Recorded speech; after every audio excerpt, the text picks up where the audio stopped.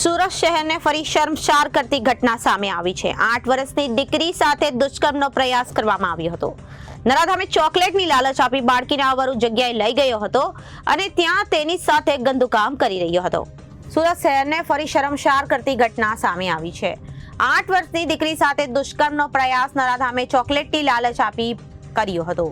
બાળકીને અવરું જગ્યાએ લઈ ગયો હતો અને જ્યાં તેની સાથે ગંદુ કામ કરી રહ્યો હતો।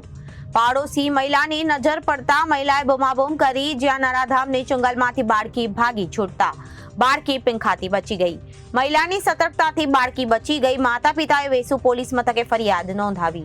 પોલીસે ફરિયાદના આધારે વધુ તપાસ હાથ ધરી છે।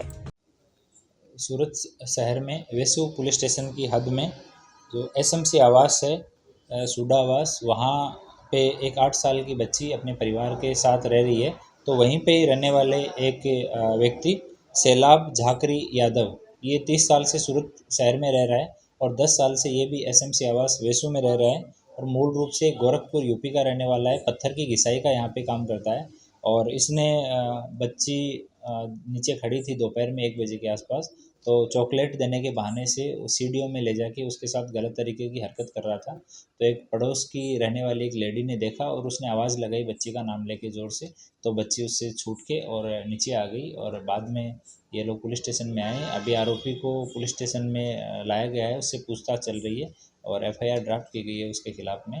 POCSO act, juvenile justice act और बीएनएस की कलम के तहत एफआईआर की जा रही है और अभी आगे की पूछताछ चालू है। पर जो पड़ोस की लेडी थी, उनकी अवेयरनेस की वजह से, उनकी हिम्मत की वजह से एक गंभीर अपराध होते हुए बचा और अभी हम बच्ची से भी पूछताछ कर रहे हैं और आरोपी से भी पूछताछ चल रही है।